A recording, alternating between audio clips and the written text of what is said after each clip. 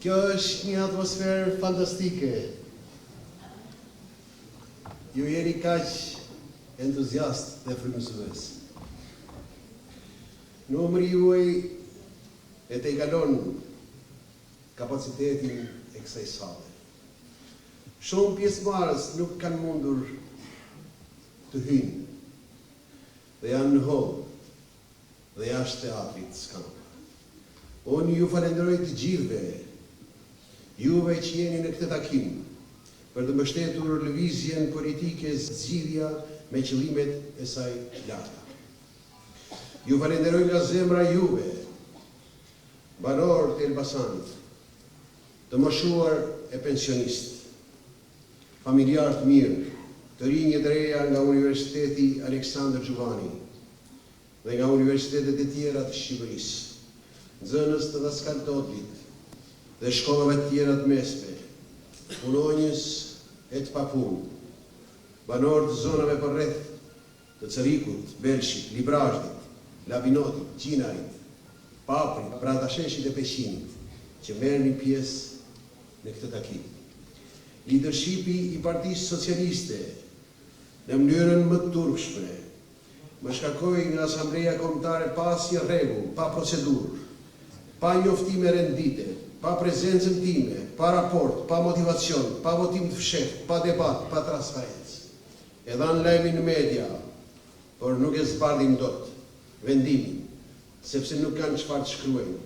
Imagjinoni sot në shekullin e 21 situatën kur një gjykatë të dënon, por nuk t'i jep vendimin e dënimit. Këtë s'mund ta bëjë një parti politike kundër një kolegu i altarit forumeve të veta. Ju drejtojmë sot nga ky podium dhe publikisht gjithë antarësisë të Asamblesë Kombëtare të Partisë Socialiste. Të nderuar kolegë, ju keni votuar për shkarkimin tim në 23 dhjetorin e fundit. Mirë apo keq, kjo s'ka asnjë rëndësi. Drejtuesit e Asamblesë nuk më kanë vënë në dispozicion vendimin e shkarkimit, pavarësisht interesimit tim të vazhdueshëm. Ju kërkoj që të ushtroni përgjegjësinë tuaj për të zbardhur e publikuar vendimin e shkarkimit dhe dokumentet mbështetëse. Unë do të vazhdoj të vij në asamble, po pres mbledhjen e radhës për këtë, si i zgjedhur rregullisht nga Kongresi, e konsideroj veten antar të asamblesë me drejta të plota. Për sa kohë nuk zbardhet dhe nuk i jepet vendimi që i keni shkarkuar. Çfarë diskutojmë nuk është thjesht një problem i imi personal. Këtu flasim për norma që rregullojnë bashkëjetesën e të gjithëve në një parti. Ju duhet ta kuptoni se sa pasoja të rënda kanë njerëzit që ekspozohen ndaj arbitraritetit, brutalitetit, arrogancës dhe bullizmit të leadershipit të Partisë Socialiste. Kushdo nga ju do të gjendet në situata të ngjashme, derisa është marrë një vendim, kërkoj unë i drejtuesve që t'i dalin për Zot, ta shkruajnë, ta firmosin dhe ta publikojnë. Po nuk e bët ju sot këtë gjë, kush do ta bëjë nesër për ju? Nuk ju mjaftojnë shembujt që kanë ndodhur gjithë këto vite të rrënimit, e shkatrimit të kësaj partije, më lejoni shok të Asamblesë Kombëtare të Partisë Socialiste të sjell në vëmendje një sentencë filozofike që lidhet me periudhën e nazizmit. Bertolt Brecht ka shkruar: ata erdhën dhe morën zezakët. Mua nuk më interesonte, se nuk isha me ngjyrë. Pastaj erdhën dhe morën hebrejt. Unë nuk u bëra asgjë, sepse unë nuk isha hebrej. Pastaj erdhën dhe morën priftërinjt. Edhe kjo nuk më shqetësoi. I morën edhe ata. Kur erdhën që të merrin mua, nuk ishte mbetur asnjë njeri që të më ndezte për sot.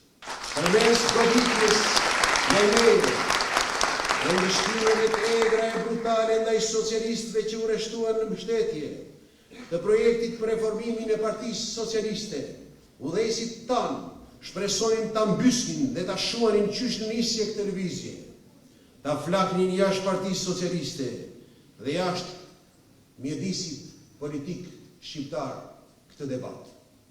Ne nuk do të rreshtim së denoncuari pushimet nga puna me urdhër të leadershipit Partisë Socialiste, Ertila Selimit, Tedi Nastos dhe Ardit Xhafaj, që të tre antarë të Asamblesë Kombëtare të Partisë Socialiste të Shqipërisë.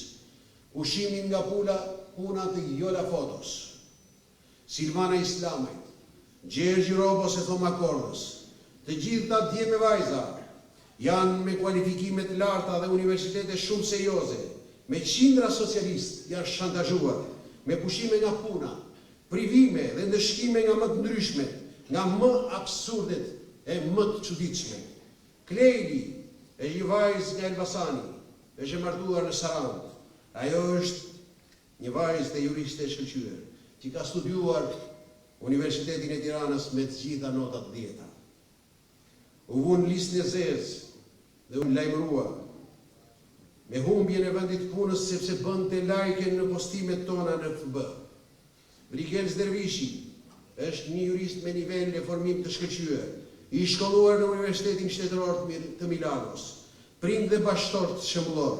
Tani ju ndërprej marrëdhënia e punës pa asnjë shpjegim, vetëm sepse është mbështetës i lëvizjes sonë politike. Mariel Murati, si drejtori i Aluiznit në Sarandë, vendosi largimin nga puna të Brigelsit me urdhër të gjiknorit. Murati ka mbështetur prej vitesh Partinë Socialiste, por është parsim të mesëm dhe parsim të lartë. Është krejtësisht i papërshtatshëm për funksione drejtuese të këtij niveli. Në datën 10 tetor të vitit 2013, Elisa Spiropali e emëroi Marielin drejtor të doganës në qafë botë. I shkruajta menjëherë Ramos: i dashur Edi, në doganën e qafë botës më thonë se keni quar drejtor dogane Marielin.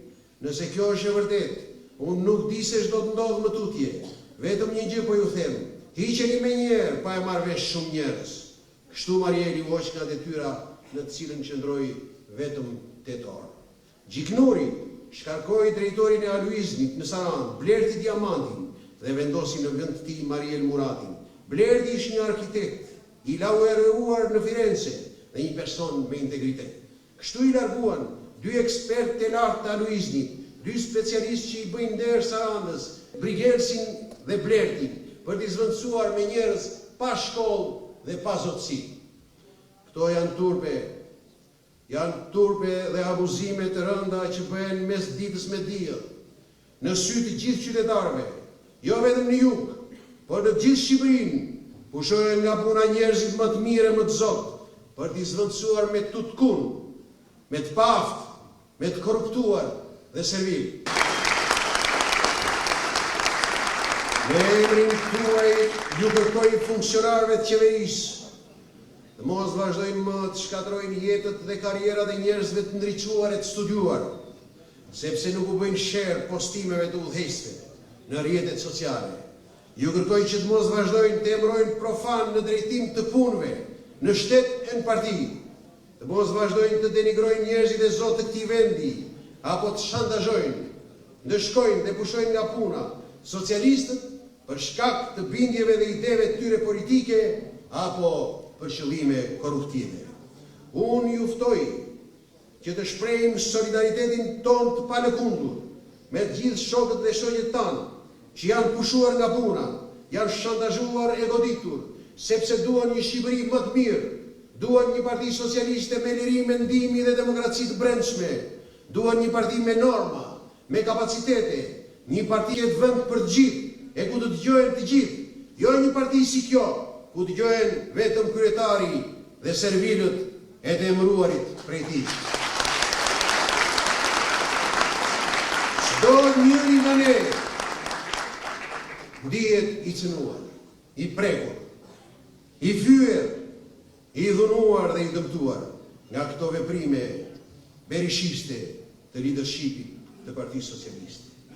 Ju ftoj të çojeni në këmbë dhe të duartrokisti pa ndërprerje, derisa unë t'i lexoj të gjithë emrat e këtyre socialistëve të devotshëm që u pushuan brutalisht nga puna për shkak të ideve dhe pikpamjeve të tyre politike, se cili prej nesh, prej motra, vëllezërve, njerëzve të dashur, bashkëqytetarëve, bashkëqytetarëve dhe gjallëve të kësaj bote, çdo socialist i Shqipërisë mund të ishte në vend të tyre. Ne refuzojmë dhe dënojmë me indignat të thellë veprimet burracake e paligjshme, antidemokratike e shëndetësore, të pushimit nga puna dhe të shantazheve e kërcënimeve të shokëve tanë. Kërkojmë timin e menjëhershëm në punë të tyre, kërkojmë të ndërpriten menjëherë përfundimisht veprime të tilla. Ne jemi me Mertinën, me Tedin, me Ardikin, me Jonën, me Gjergjin, me Sivanën, me Tomajin, me Blertin, me Migelsin. Prap Liria, faleminderit, zotin e kohë. Faleminderit shumë, shumë faleminderit. Sot jemi në Elbasan, në zemër të Shqipërisë mesme. Përpara 3 javësh ishim në një takim madhështor në Tiranë. Në 31 janar ishim në një manifestim të zjarrt në Fier. Për pak ditë do jemi në Durrës dhe në 4 mars do jemi në Shkodër. Lëvizja jonë nuk ndalet, është kombëtare. Ajo zhvillohet si lëvizje politike brenda Partisë Socialiste, por gëzon dhe mobilizon mbështetje të gjerë popullore, sepse vetë idetë dhe programi i saj janë në të mirë të të gjithë qytetarëve të Shqipërisë. Zgjidhja nuk është lëvizje e njerëzve të dëshpëruar, që kanë humbur përfundimisht shpresën dhe besimin te afmja e popullit dhe e vendit tonë, që janë thyer dhe që nuk duhet të luftojnë më. Njerëzit që e humbin përfundimisht besimin se mund ta ndryshojnë më për mirë fatin dhe situatën tonë, ata që nuk janë të gatshëm të luftojnë për ta përmbysur tiraninë e skamjes dhe korrupsionit që instaloi në Shqipëri partitokracia, ne i quajmë të vdekur që ecën. Kjo është lëvizja atyre që nxjerrin bukën me djeshën e ballit, jo me korrupsion e vjedhje. E atyre që nxjerrin jetën me punë të ndershme e me merit, jo duke shërbyer intrigat, interesat dhe pushtetin abuziv të kryetarëve të partisë. Zgjidhja është lëvizja e të gjallëve të këtij vendi. Është lëvizja e atyre mijëra shqiptarëve që nuk thyen, nuk tërhiqen, nuk përulen, nuk friksohen dhe nuk dorëzohen përpara asnjë sakrifice dhe asnjë vështirësie derisa të arrijnë fitoren e plot. Ne e dimë se populli ynë ndihet i zhgënjyer, i vjedhur, i shkelur, i harruar dhe i braktisur nga kasta drejtuese dhe elitat politike të Shqipërisë. Qeverit i manipulojnë, i gënjejnë njerëzit e thjeshtë. Kasta e përdor elektoratin, drejtuesit e partisë e mashtrojnë bazën, e shfrytëzojnë, nuk e dëgjojnë, nuk e respektojnë, nuk duan t'ia dinë për të. Udhëheqja e takon bazën vetëm në fushat zgjedhjesh, sa për t'i zhvatur votën, pastaj e shkel me këmbë dhe e braktis me pashpirtësinë e saj të pashëndur. Asnjë nuk duhet trembet nga pushimet, nga puna dhe nga kërcënimet e pushtetarëve. Këta nuk do guxojnë dot t'i ecin kësaj rruge. Ne jemi me dhjetra, me mijëra, me dhjetra mira dhe rritemi me mira çdo ditë. Ne jemi në drejtat tona. Drejtuesit e Partisë Socialiste janë bërë si Don Kishoti Mançes. Ata po luftojnë me mullinë e erës, përpiqet të burgosin i det në epokën e rrjeteve sociale. Urdhërojnë socialistët që të ndalojnë të mendojnë me kokën e tyre, ose ju kërkojnë që të mendojnë vetëm me kokën e kryetarit. Sa më shumë presion e shantazhet bëjnë, aq më shumë energji e mbështetje fiton zgjidhja. Në çdo cep të Shqipërisë kemi gjithë socialistët dhe qytetarët e thjeshtë bazës që na mbështesin. Gjithë rininë e vendit dhe inteligjencën, patriote e kemi në krah. Në çdo takim do të jepi më shumë. Liderët e Partisë Socialiste në takimin me drejtuesit e fushatës elektorale në Vlorë, pak ditë më parë, u ankuan se kryetari i partisë dhe drejtuesit e tjerë, andueli me shok, merren me intriga e thasheteme dhe nuk punojnë. Por burimi nga përhapen në parti, kultura e intrigave, thashetemeve, shpifjeve dhe thikës pas shpine, është udhëheqja e Partisë Socialiste në qendër. Është kupola e Partisë së Qeverisë. Kur u zhvillua reforma e Partisë Socialiste në rajonin Vlorë Gjirokastër, andueli ishte i dobishëm dhe punoi shumë, sepse në parti sundonin rregullat, transparenca dhe kolegialiteti. Në pak muaj atje u antarësuan 16.000 djeme vajza të rinj dhe u bën zgjedhjet korrekte statutore për herë të parë pas aq vitesh. Lidershipi i Partisë Socialiste i rrëzoi institucionet e reformës në rajon dhe mbodhi atje kaosin, përçarjen dhe shpërfytyrimin. Për t'i joshur dhe motivuar kundër nesh dhe kundër institucioneve të reformës, kryetarët e rinj të partisë ju njoftuan në mënyrë të rreme e të gabuar se këta do emëronin njerëzit në punë të shtetit, do të kishin pushtet, do të vinin dhe do të hiqin drejtorët e ndërmarrjeve dhe institucioneve shtetërore. Rama, siç e pohoi vetë në Asamblenë Kombëtare të Partisë Socialiste, i shkarkoi drejtorët e Aluiznit dhe të Portit Vlorës me kërkesë të Anduel Tairaj dhe i zvendësoi me 2 shokë të ngushtë të këtij të fundit. Andueli i emëron vetë sekretarët, pas zgjedhje, delegatët e Freshit po ashtu, i cakton vetë kandidatët për kryetar Freshi, kryetarëve të OS-ve që nuk i pëlqejnë, ju kërkon dorëheqjen kundër çdo rregulli e norme partie. Andueli është viktimë e karakterit vetë dhe e kulturës së mbrapsht e të shpardalluar që sundon në drejtimin e Partisë Socialiste. Me këto merren ai e të tjerët si ai, gjuajnë ditë e natë se kush bëjnë like dhe komente në postimet e zgjidhjes dhe jetojnë e i gjejnë çdo lidhje e interes, çdo ndjeshmëri e pikë të dobët dhe bëjnë planin si ta sulmojnë e linçojnë politikisht atë. Ta kanë braktisur plotësisht njerëzit e thjeshtë dhe nevojat e tyre, funksionet e përgjegjësitë, lidhjet e ngushta me socialistët e bazës dhe me banorët e zonës. Lidershipi i Partisë Socialiste e ndan partinë, siç ndan institucionet e shtetit në çifliqe ku sundon njëri e tjetri, ndërsa socialistët e thjeshtë janë vetëm për të bërë vota. As nuk dëgjohen, as nuk ndihmohen, as nuk pyeten dhe as nuk respektohen. Ata nuk zgjedhin, ata vetëm urdhërohen. Qeverisja e punëve në Partinë Socialiste nuk bazohet në institucione, kulturë funksionale, parime, standarde, manuale, procedura, në sisteme moderne menaxhimi, në raporte e dokumenta. Partia Socialiste nuk është më një parti politike moderne. Ajo është kthyer në një bashkësi parapolitike. Ajo qeveriset si band, më mirë të themi si një bashkësi bandash. Në gjithë Shqipërinë, në verën e vitit 2016 u bën zgjedhjet e organeve vendore të partisë. U zgjodhen edhe kryetarët e partive në nivel bashkie. Në Tiranë, çuditërisht nuk u bën zgjedhjet. Askush nuk ka dhënë një shpjegim për këtë. Partia Socialiste e Tiranës është më e shpërndaluar në krahasim me gjendjen politike dhe organizative të partisë në të gjitha bashkitë e tjera të vendit. Saimir Tairi është kryetar qysh në vitin 2011. U zgjodh me një mandat për 2 vjet. Që nga viti 2013 ai është pa mandat dhe nuk është zgjedhur më. Saimiri nuk zgjidhet. Ai rri kryetar vetvetiu, është kryetar i përhershëm. Po të bëjnë zgjedhjet në Tiranë, Nuk menaxhohet dot përplasja me Erion Velis e Sajmir Tahirit. Këta dy kalorës të rinj të pushtetit, që ditën e parë që hipën në karige, i kanë vënë të gjitha kompetencat, institucionet që kontrollojnë dhe burimet e tjera, publike e private, të ligjshme e të paligjshme, në shërbim të ambicjes tyre, se kush do ta marrë kontrollin e Partisë Socialiste të Tiranës dhe kush do e shtrijë më shumë këtë kontroll edhe në segmentet e partisë në territoret e tjera të vendit.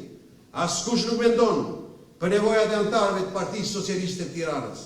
Këta antarë, organizatat dhe forumet, duhet të zgjidhnin me kohë përfaqësuesit e tyre në parti. Kjo është thelbësore për ata dhe për qytetarët e Tiranës, të cilët qeverisen nga Partia Socialiste në nivel vendor dhe qendror. Të drejtat e socialistëve të Tiranës kanë ndaluar qysh përpara 4 vitesh. Në lojë janë vetëm ambicjet për pushtet të Veliaj dhe Tahirit, për të ruajtur një ekuilibër formal e të përkohshëm.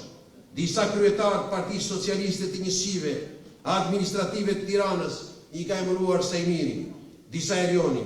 Liderët e Partisë Socialiste të Shqipërisë nuk i lejojnë socialistët e thjeshtë Tiranës që të zgjedhin krye njerëzit që duan, njerëzit që duhet t'i dëgjojnë e t'i shërbejnë, por ua kanë marrë, ua kanë hequr, ua kanë grabitur edhe këtë drejtë elementare, të drejtën më elementare që kanë antarët e një organizate partie demokratike, të drejtën që të zgjidhen e të zgjedhin lirisht përfaqësuesit e tyre. Ajo që duhet të na thonë udhëheqësit e lartë të Partisë Socialiste është se ku janë socialistët e thjeshtë të Tiranës në këtë histori. E kujt është Partia e Tiranës? E socialistëve të bazës apo e udhëheqjes? Sajmiri dhe Erioni janë dy princat e rilindjes që e kanë marrë pend Partinë Socialiste të Tiranës. Ata ndërojnë që të bëjnë pasardhës të kryetarit madh. Dhe kryetari i madh u ka ushqyer këtë ëndër dhe u ka dorëzuar të drejtat e socialistëve të Tiranës, nevojave karrieriste të këtyre dy princave rival. Kjo është e pa precedent në historinë politike. Kjo është kultura e klaneve, e regjimeve dhe e diktatorëve, që i lënë e i caktojnë vetë trashëgimtarët dhe pasardhësit e pushtetit. Këto sjellje veprime nuk kanë lidhje me kulturën e një partie politike. Leadershipi i Partisë Socialiste ankohet se ata që janë trajtuar nga Partia Socialiste me punë dhe me favore janë më të paangazhuarit. Një parti për të qenë fituese në terma afatgjata nuk i mjaftojnë një lider i fortë, një mesazh i goditur, shumë para dhe as të përdorë si burimet vetat të punësuarit e shtetit. Për të motivuar mbështetje e gjerë të popullit, duhet një parti me antarësi të madhe, me demokraci të lartë brenda saj dhe me lidhje të forta me elektoratin dhe antarësinë e bazës. E kam shpjeguar shumë herë se leadershipi i partisë e ka bërë partinë si SHPK-n e tij, ka shkatëruar çdo vlerë e institucion brenda saj dhe ka krijuar një ndek shumë të thellë mes udhëheqjes dhe bazës partisë, mes qeverisë dhe qytetarëve. Ai e mban të bashkuar e nën kontroll formalisht partinë, vetëm me të punësuarit, të emëruarit e tij, me varësit dhe përmes shpërblimeve me të mirat e pushtetit, ose përmes shtrëngimeve masave represive që gjithashtu ja mundson pushtetin. Kjo nuk mund të ecë për shumë kohë. Ka aq shumë shpërbërje, shkënjim, e mërzitje në bazën e partisë dhe elektoratin e saj. Po të vazhdojmë me këto politika ekonomike të dështuara, me këtë cilësi të qeverisjes dhe arrogancën që e karakterizon, ky leadership do t'i rezervoj të akt me sapë të Partisë Socialiste një fat më të keq se fati që ndoqi pasoku. Këta pastaj do ja mbatin e do ikin dhe shqiptarëve socialistëve të thjeshtë do u lënë si zakonisht një qafë varfërinë, pa punësinë dhe vuajtjen, ndërsa në pushtet do ju lënë sigurisht Saliun dhe Salismin.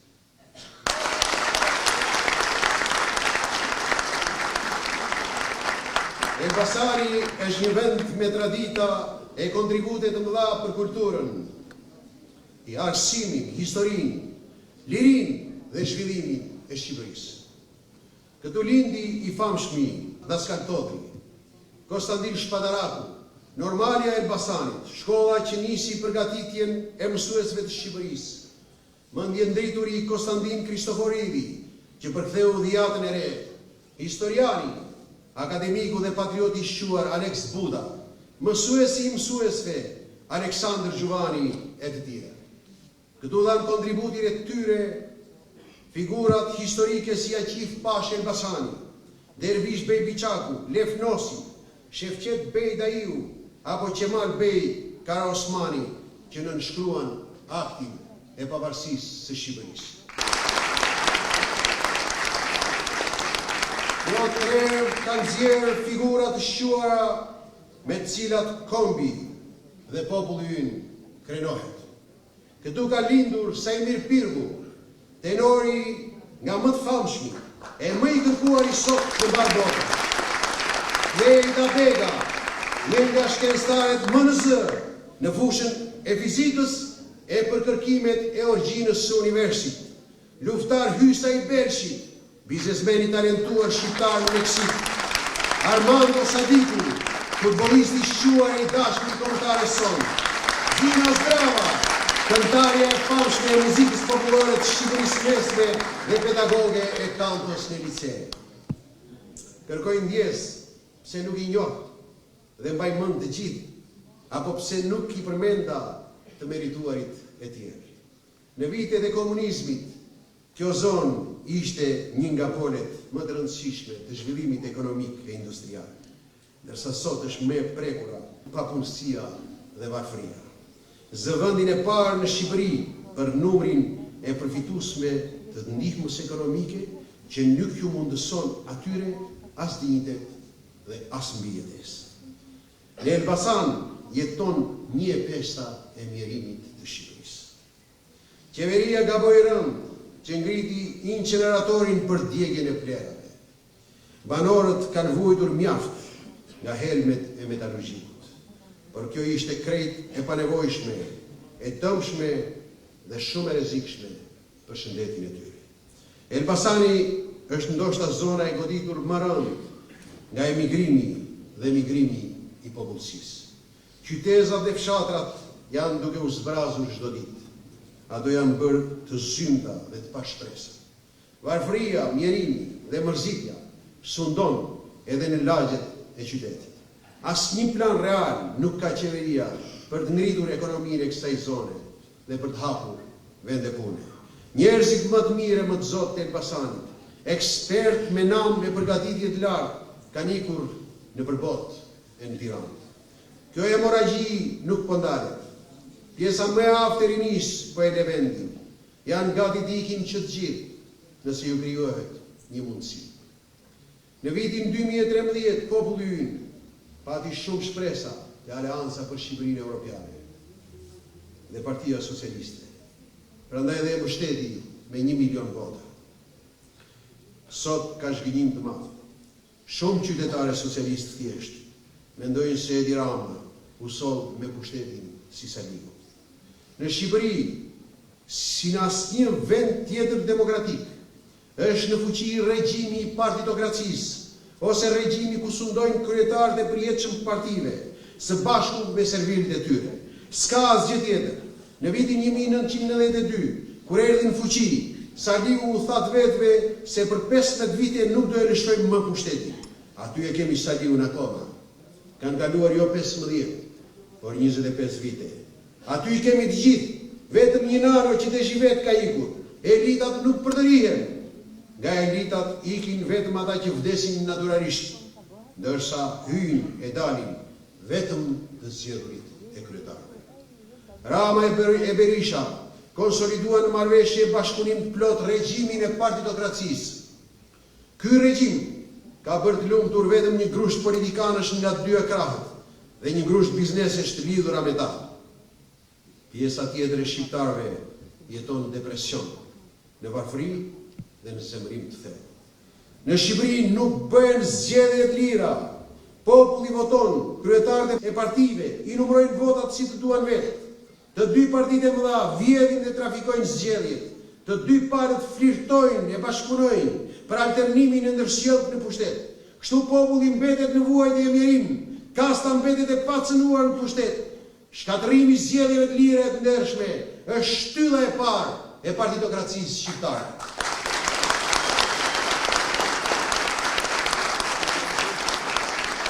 Populli ynë është përjashtuar nga e drejta legjitime për të marrë pjesë në qeverisje. Ai nuk ka drejt të bëjë referendume, nuk ka instrumenta të pranojë apo të refuzojë ndryshimet në kushtetut, të miratojë ligje apo qëndrime, nuk ka drejt të zgjedhë ose të refuzojë as kryeministrin, as deputetin, as kryetarin e bashkisë, as këshilltarin, as prokurorët, as gjykatësit. Të gjithë këta i zgjedhin kryetarët e partive. Atdeu është i kryetarëve, ku është vendi dhe roli i popullit në këtë sistem. Populli voton, Rama dhe Saliu zgjedhin. Ky është rregulli numër 2 i partitokracisë shqiptare. Si të mbrohet populli nga marrëzit dhe tradhtit e kryetarëve? Partitokracia shqiptare i shkatërroi partitë politike, i ktheu në pasuritë kryetarëve, në ndërmarrje private të tyre. Partia është vetëm kryetari, grupi parlamentar është vetëm kryetari, qeveria gjithashtu është vetëm kryetari. Kryetari është gjithçka, antarësia e thjeshtë dhe gjithë të tjerët në parti janë asgjëja. Ky është rregulli numër 3 i partitokracisë. Në Shqipëri të gjitha burimet, pushtetet, koalicionet, ligjet, pasuritë, territoret, projektet, tenderat, koncesionet, forumet, institucionet, mediat, partitë, shoqëria civile, e sotmja dhe e nesërmja, borxhi publik, ndërmarrjet, parat e ligjshme e të palishme, emrimet e shkarkimet, të mirët e të ligjt, fisnikët e të marrët, krijuesit e kriminalët, shpifësit, intrigantët e të pabesët dhe gjithçka e kushdo duhet të shërbejë vetëm në radhë parë pushtetin e kryetarëve. Kryetarët janë zoti, populli është tepër, gjithçka për pushtetin dhe fuqinë e kryetarëve. Kjo është shtylla e 4 e partitokracisë shqiptare. Zgjidhja do ta shemb regjimin famkeq të partitokracisë dhe sundimin e neveritshëm të kryetarëve. Institucioni i zgjedhjeve të lira të ndershme nuk mund të vendoset me lehtësi. Ne jemi të vendosur që të luftojmë deri në fund. Hapi i parë i pastrimit të zgjedhjeve është votimi elektronik në qendrat e votimit, numërimi elektronik dhe departizimi i administratës zgjedhore. Nëse duhet të sakrifikojmë për lirinë e vendit, do ta bëjmë me çdo çmim.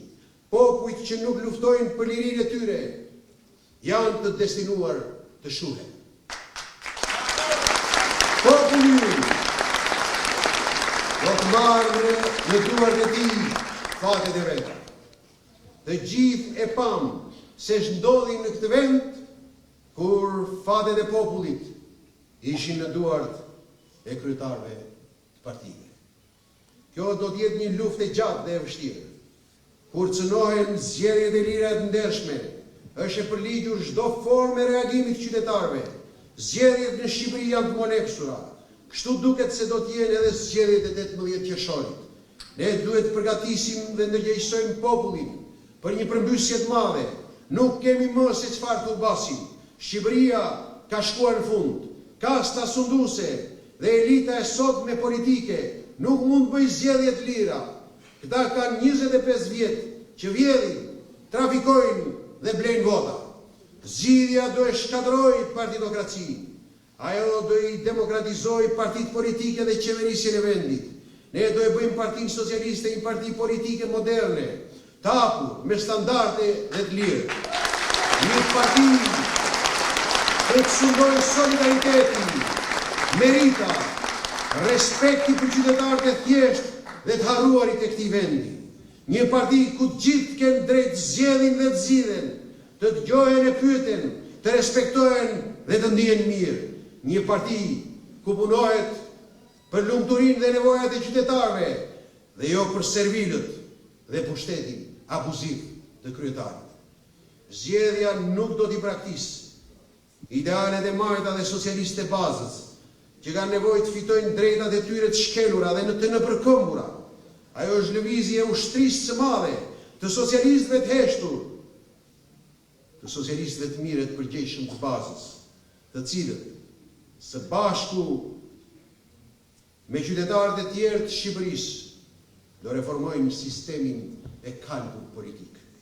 Pa reformuar e demokratizuar këtë sistem, asë njëherë nuk do të shpëtojmë dot nga varfëria dhe mjerimi që ka pllakosur këtë vend. Zgjidhja është shumicë në Partinë Socialiste. Idetë e saj i mbështet e gjithë partia. Leadershipi është në pakic. Ata kanë frikë si djalli nga Demiani që t'i zënë me gojë këto ide.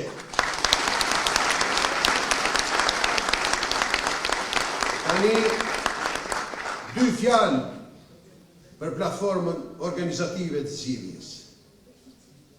Ajo kongres strukturat e veta në të gjithë Shqipërinë, po regjistron antarët dhe mbështetësit.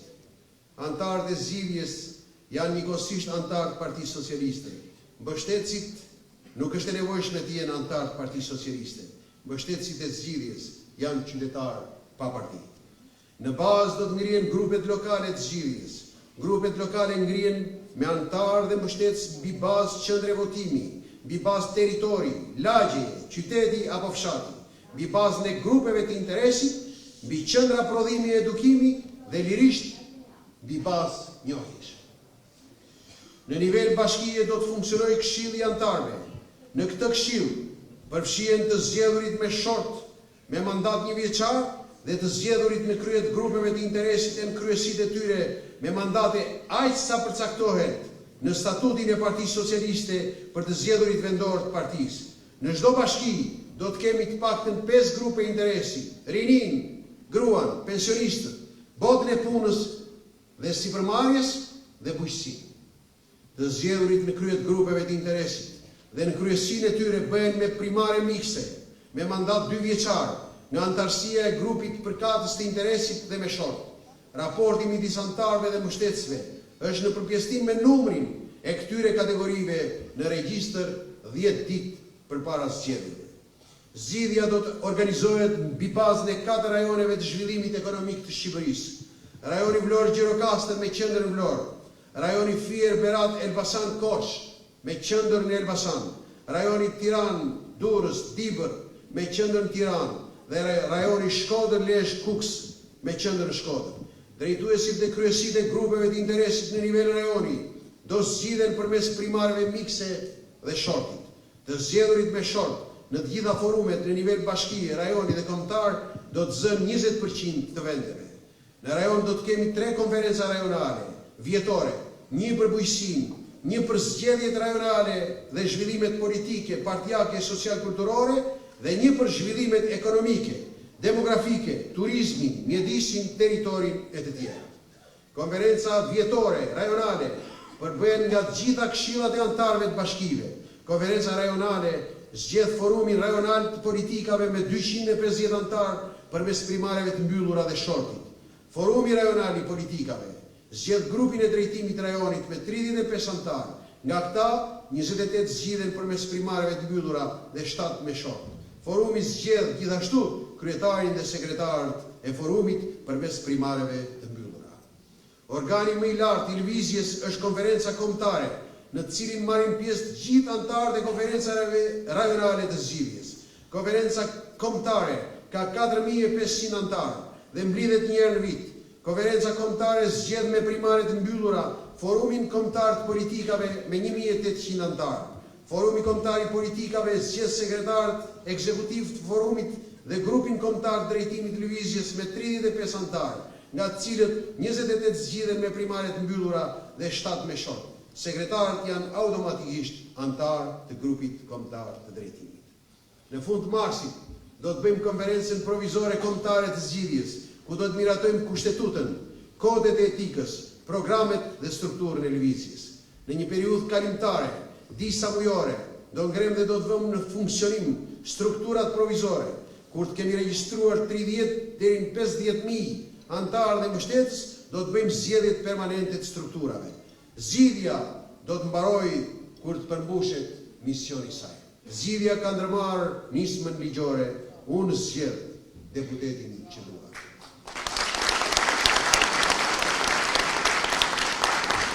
Ky është një grusht i fortë për partitokracinë shqiptare.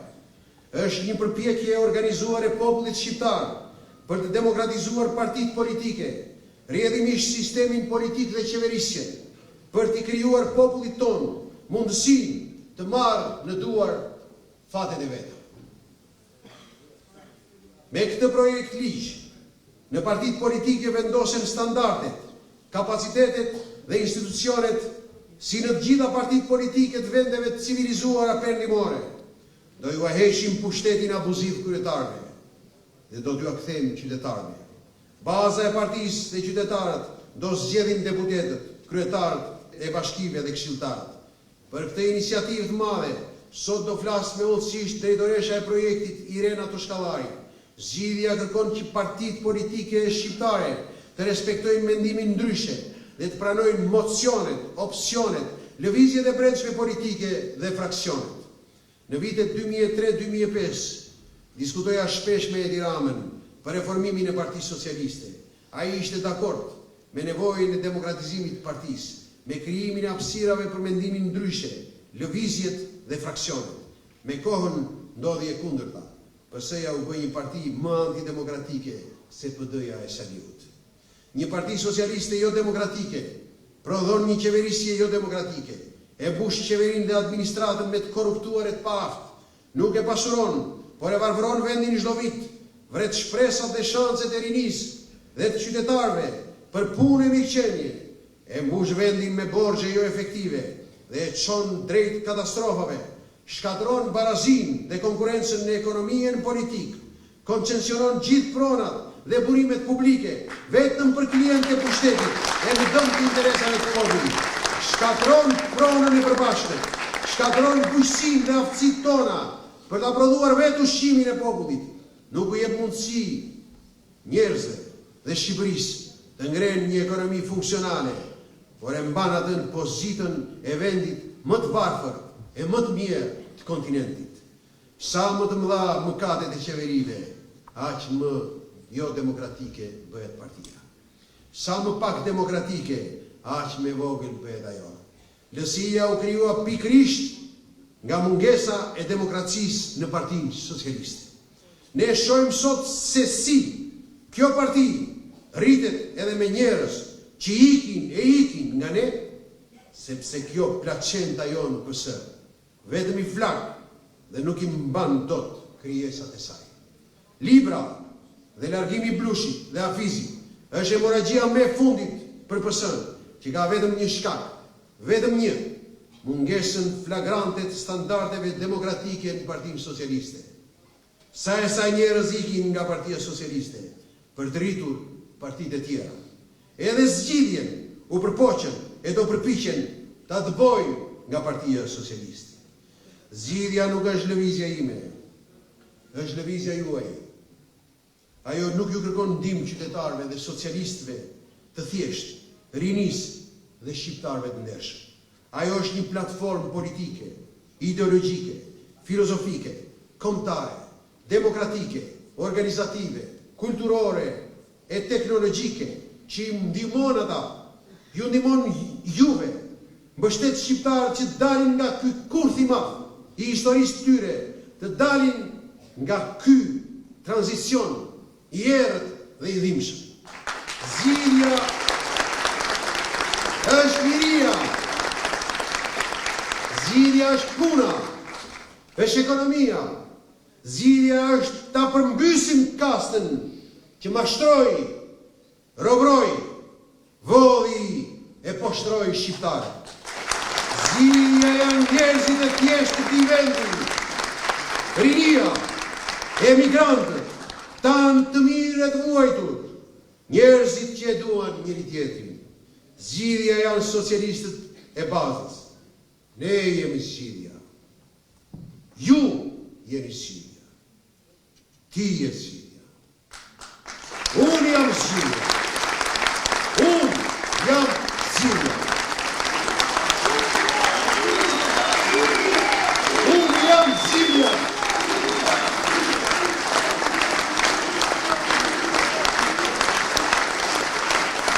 Unë jam zgjidhja.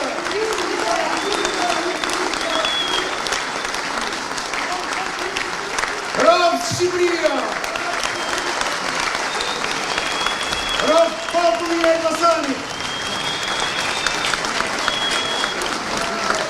Rof Partia Socialiste e Shqipërisë! Rof Zilja! Faleminderit!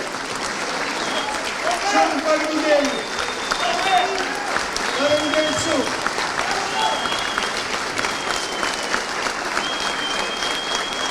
Faleminderit!